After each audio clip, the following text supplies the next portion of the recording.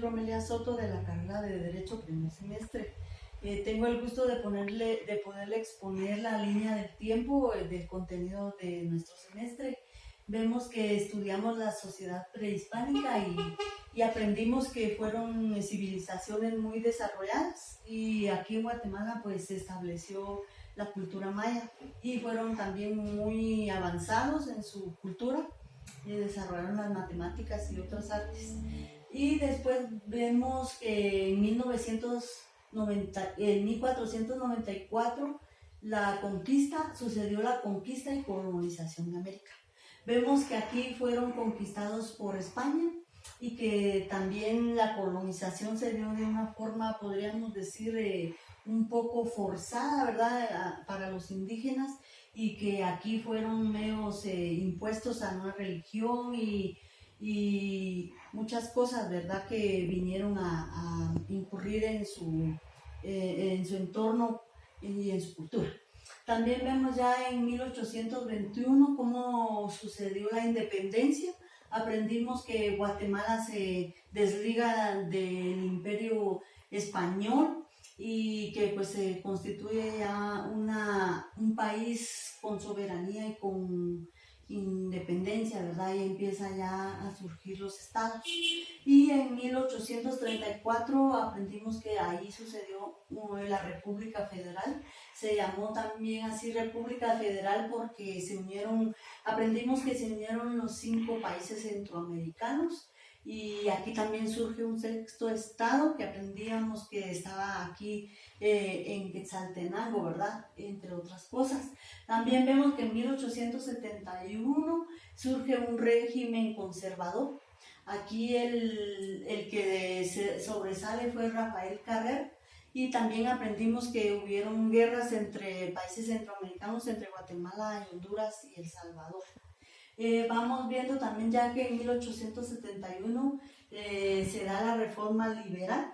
Aquí se dieron drásticas reformas del sistema político, económico y cultural, ¿verdad? Y también aprendimos que la iglesia influía mucho en cuanto a lo político y en cuanto a regir a las comunidades. Y ya para 1944 encontramos que se da la revolución, ¿verdad? Y esta se da por el descontento que tenían la población en cuanto a una dictadura, un gobierno dictador, ¿verdad?, que ahí destacaba Jorge Ubico, y vemos que entonces surge esta revolución. Y vemos también que después de esto, en 1954, encontramos la contrarrevolución, ¿verdad? Fue orquestada por la UFEDCO, una entidad internacional de los Estados Unidos, ¿verdad?, que tenía mucho poderío en Guatemala, ¿verdad?, en cuanto a lo económico, y entonces ellos orquestan estos por sus intereses económicos, ¿verdad? Aquí vemos también ya en 1960 el conflicto armado que empieza a darse en Guatemala, ¿verdad?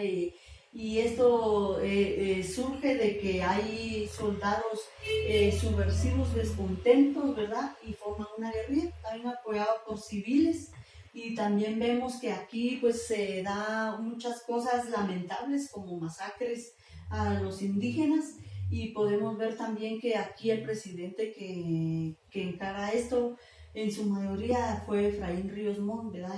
Y vemos todo lo sucedido en cuanto a este conflicto que duró 36 años, ¿verdad? También se le llama conflicto armado interno porque afectó mucho las comunidades de nuestra Guatemala, ¿verdad? Y vemos también que aquí se asentan en partes realmente afectadas, como fue Huehuetenango, como fue Petén y otras áreas boscosas en donde se dan muchas de estas situaciones de masacres.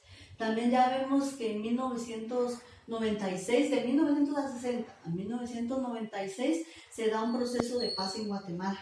Y aquí pues entran 12 acuerdos en donde se van gestionando para que acabe este conflicto armado, y se logra el proceso de paz en estos 12 acuerdos, en donde entre muchos sale que se debe guardar la integridad de los pueblos indígenas, salen los derechos humanos, y se promueve también la participación de estos pueblos indígenas, y también acelerar el reasentamiento, ¿verdad? Los que estuvieron afectados en conflicto armado, ¿verdad? Y entonces firmándose en 1996 por parte en ese tiempo del presidente Álvaro Arzú. Y así concluimos nuestro contenido.